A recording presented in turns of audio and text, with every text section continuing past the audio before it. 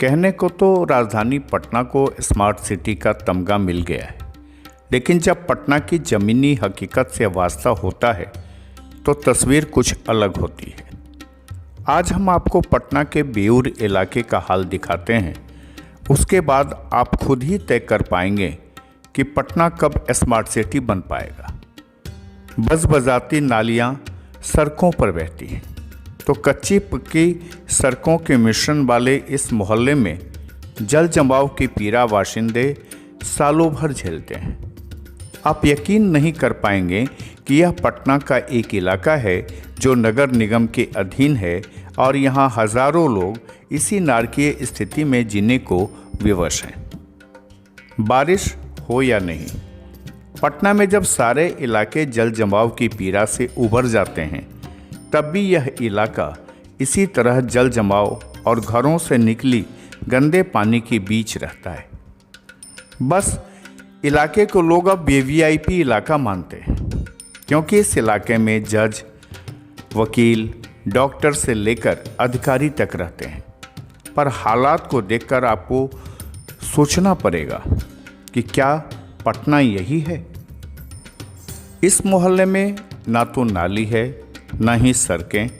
सालों भर इस इलाके में जल जमाव की स्थिति बनी रहती है, लेकिन इसका सुध लेने वाला कोई नहीं है। राजधानी पटना के वार्ड संख्या 11 स्थित बेऊर इलाके के लोग सड़क और नाले जैसी बुनियादी सुविधाओं से जूझने को विवश हैं। पटना के बेऊर इलाके को बने 3 दशक से ज़्यादा गुजर चुका है, लेकिन बेऊर के अधिकतर इलाके सुविधाओं से वंचित ही नजर आते हैं। इस मोहल्ले का विकास नहीं के बराबर हुआ है। पहले इस मोहल्ले में घनी आबादी नहीं थी, बावजूद इसके वार्ड के विकास पर ध्यान नहीं दिया गया।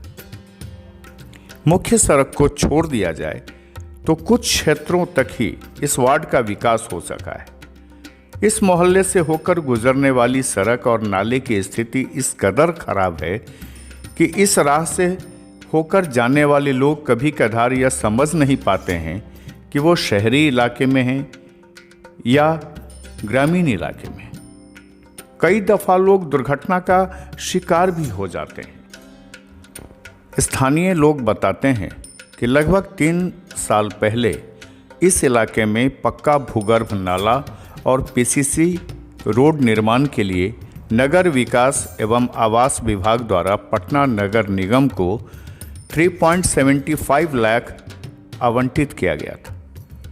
संवेदक का चयन कर कार्य संपन्न कराने की जिम्मेवारी सौंपी गई थी, लेकिन 3 साल से अधिक समय बीत जाने के बावजूद संवेदक द्वारा टुकड़े टुकड़े में आधा अधूरा काम कर छोड़ दिया गया, जिससे कॉलोनी की स्थिति नारकीय बन गई। स्थानीय लोगों का कहना है कि चुनाव के वक्त जनप्रतिनिधि आते हैं, बड़े बड़े दावे करते हैं और चुनाव खत्म होने के बाद नज़र भी नहीं आते। ये है राजधानी पटना का बेऊर इलाका, जो वीवीआईपी इलाका है।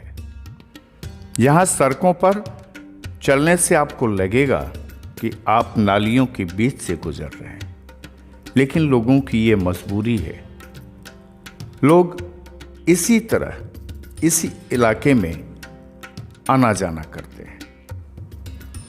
स्कूली बच्चे हों या फिर महिलाएं या फिर दफ्तर जाने वाले कर्मचारी, अधिकारी या हाई कोर्ट, सिविल कोर्ट जाने वाले वकील या मरीजों का इलाज करने वाले डॉक्टर, सारे लोग ऐसे ही इसी रास्ते रोजाना गुजरते हैं।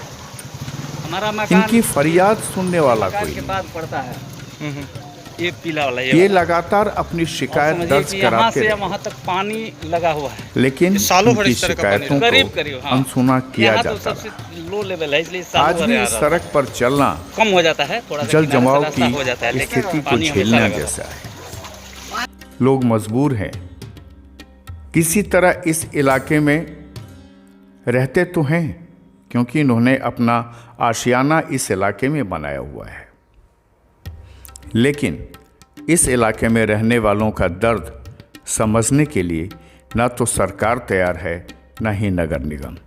ये मोहल्ला लगभग 1995 के लगभग से ये मोहल्ला स्टार्ट हो गया और उस समय से लेके अभी तक पानी का निकास यहाँ का मुख्य समस्या यही है। कहीं भी पानी का निकास इस मोहल्ले में नहीं है। बिजली की समस्या है, आवागमन की समस्या है, ये समस्या अलग है। लेकिन हमको लगता है कि अगर पानी का निकास और रोड की समस्या का निराकरण हो जाए तो इस कॉलोनी का, इसके साथ साथ जो 4 कॉलोनी लगा हुआ है, सारे लोगों का कल्याण हो जाएगा। जनप्रतिनिधि सिर्फ चुनाव के समय आते हैं, उनको हमारे मत से मतलब है, इसके बाद जनता जाए कहीं उनसे उनको कोई मतलब लेना देना नहीं है। खुलासा के लिए पटना से अनु प्रकाश की ये खास रिपोर्ट।